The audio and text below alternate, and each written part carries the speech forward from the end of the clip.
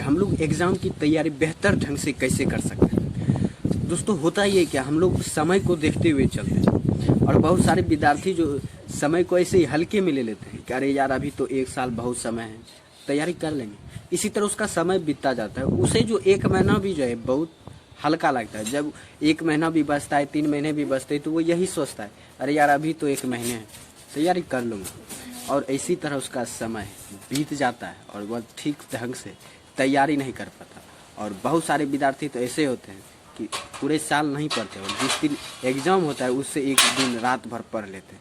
तो इससे इफेक्ट और इसका जो डिफेक्ट है ये पड़ता है कि अब जब रात भर पढ़ेंगे और सुबह में एग्ज़ाम देने जाते हैं, एक तो माइंड में जो है पूरी तरह से नींद नहीं हो पाता, तो माइंड फ्रेश नहीं होता, इससे भी एग्ज़ाम जो हम बेहतर ढंग से नहीं लिख पाते हैं। तो इसलिए दोस्तों सबसे पहला तो है कि समय को इम्पोर्टेंस देना होगा। अगर आप एग्ज़ाम में बेहतर मार्क्स लाना चाहते हैं, समय को इम्पोर्टेंस दिए और समय को हल्का में मत लीजिए कि अभी बहुत ज़्यादा समय है। आपके पास बहुत ज़्यादा समय नहीं है, बल्कि बहुत कम समय है आपके पास। इस टारगेट को लेकर चलिए और समय को बहुत कम समझिए, इससे आपको हमेशा एक डर बना रहेगा कि हमारे पास समय कम है, तैयारी बहुत करनी है। इससे आपको जो एक मोटिवेशन मिलेगा कि हमें जो है तैयारी करनी है और बेहतर ढंग से करनी है, तभी जाकर जो हम सफलता पा सकते हैं, अच्छे मार्क्स ला सकते हैं। इसलिए सबसे पहला तो आप टाइम्स को इम्पोर्टेंस दिए और समय को बड़ा मत नहीं समझिए, बहुत ही छोटा समझिए। और उसके बाद है कि आपको हर एक टाइम का एक रूटीन बनाना होगा कि आपको किस समय क्या पढ़ना चाहिए। देखिए वैसे तो सुबह में ब्रह्म मुहूर्त में जो है सबसे ज़्यादा माना जाता है कि उस समय ऑक्सीजन जो लेवल जो 50% होता है, उस समय दिमाग में जो भी आप पढ़ेंगे वो ज़्यादा समय याद रहते हैं। तो उस समय आप उस सब्जेक्ट को पढ़िए सुबह में, जो सब्जेक्ट की आपको सबसे ज़्यादा भारी लगता है उसको उस समय पढ़िए, क्योंकि उसको आप अगर धीरे धीरे भी पढ़ेंगे तो ब्रह्म मुहूर्त में माना जाता है कि सबसे ज़्यादा याद होता है। तो उस समय आप सबसे भारी चीज़ को पढ़िए, सबसे भारी सब्जेक्ट पढ़िए और उसी के कैटेगरी से जो है लो के हिसाब से चलिए कि जो है अगर हमने सुबह में उस बहुत जो हमें सब्जेक्ट सबसे ज़्यादा भारी लगता है उसे पढ़ा, तो उसके अगले टाइम हम उससे थोड़े भारी को पढ़ेंगे। इसी तरह करते करते हमको रात में जो आना है, रात के टाइम में हमें सबसे हल्का विषय को पढ़ना है, क्योंकि रात में जो माइंड सबसे ज़्यादा डिस्टर्ब होता है, क्योंकि जो पूरा दिन भर का जो ऑक्सीजन होता है वो दूषित हो चुका होता है और माइंड जो उसे फ्रेश नहीं रह पाता।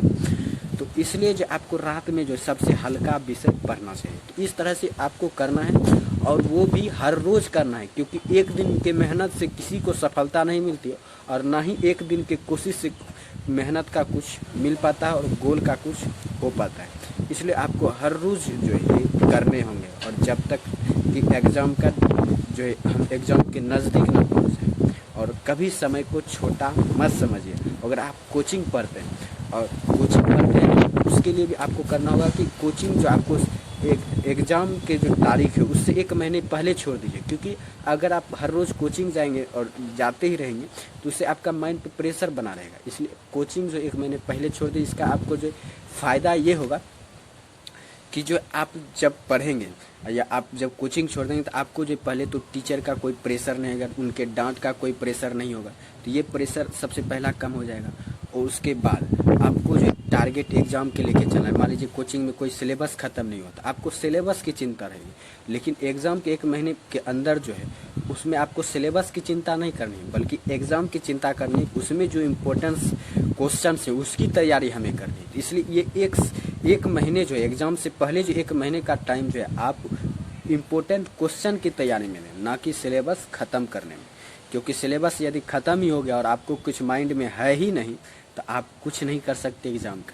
इसलिए वीडियो अच्छा लगे तो लाइक कर दीजिए, चैनल को सब्सक्राइब कर दीजिए और ऐसे मोटिवेशनल वीडियोज़ जो है इस चैनल पर आते रहते हैं।